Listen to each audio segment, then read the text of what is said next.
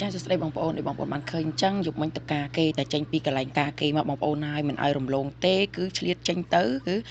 ចាប់រៃហ្នឹងហើយបងប្អូនយប់មិញចាប់រៃមកយកមកដាក់ចែកជូនបងប្អូនទស្សនាហ្នឹងបានតែបន្តិចទេឥឡូវមិនអស់ចិត្តចេញពីកន្លែងការគេមកគឺត្រូវតែទៅចាប់ទៀតហើយបងប្អូនប្រូដោយសារមួយឆ្នាំយើងបានតែម្ដងអញ្ចឹងទៅយើងចាប់ឲ្យបានច្រើនមកយើងយកដាក់ក្នុងទូកក់មកយើងត្រូវការថ្ងៃណាយើងមានថ្ងៃហ្នឹងអញ្ចឹងណាបងប្អូនដោយសារនេះខ្ញុំចូលចិត្តញ៉ាំរៃណែបងប្អូនពេលដែលយើងយកមកដល់ផ្ទះណាបងប្អូនគឺយើងដាំទឹកស្រស់លាងទឹកឲ្យស្អាតដាំទឹកស្រស់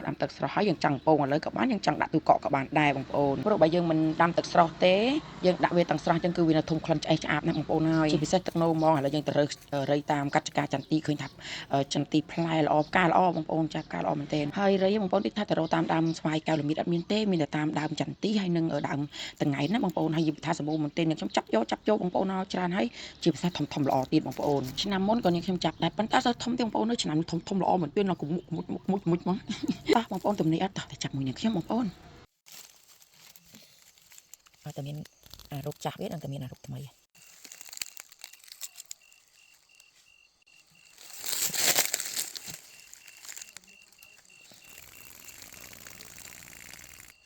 គេបញ្ចេញចម្លេងបងប្អូននេះរៃវាមិនយំនឹងមាត់ទេបងប្អូនវាយំនឹងស្លាប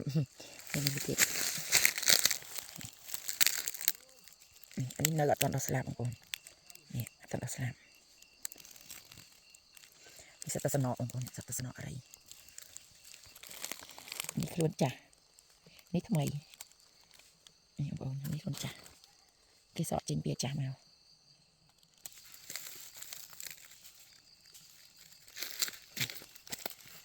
អានេះគេសក់នេះខ្លួនចាស់នេះគេសក់បងប្អូននេះសក់អញយើងចាប់យ៉ាងហ្នឹងមកលុតនេះ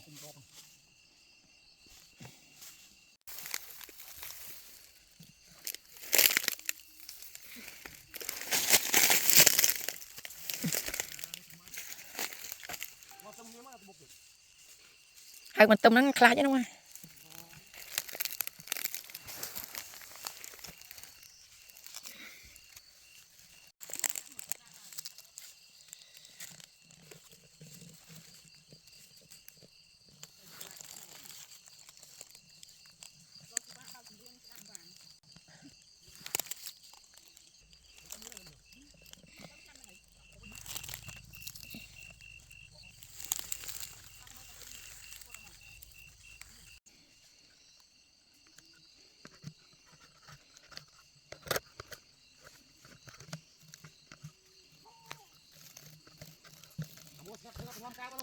នេះខ្លះដងបងប្អូន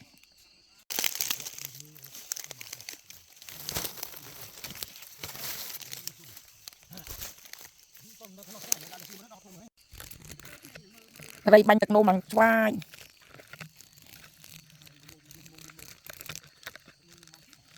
ធំល្អណាស់បងប្អូនអើយយកទៅដល់ផ្ទះហើយបងប្អូន3ដងតែមកដល់គឺយើងត្រូវតែដាំទឹកស្រស់ហើយបងប្អូនបើយើងមិនដាំទឹកស្រស់ហើយទេ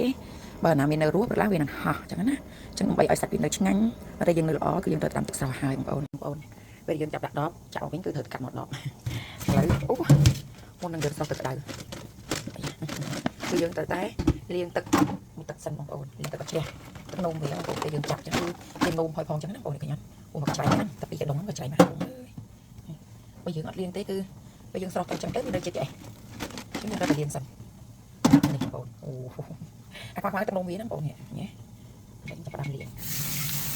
ពេលយើងលាងមកវាតហ្នឹងបងនេះយើងលាងវាសិនបងនេះណាត្រូវទឹកហ្នឹងសពុះបាត់ហ្នឹងបងនេះមិនតែខ្មៅដែរទៅទឹកហ្នឹងសពុះ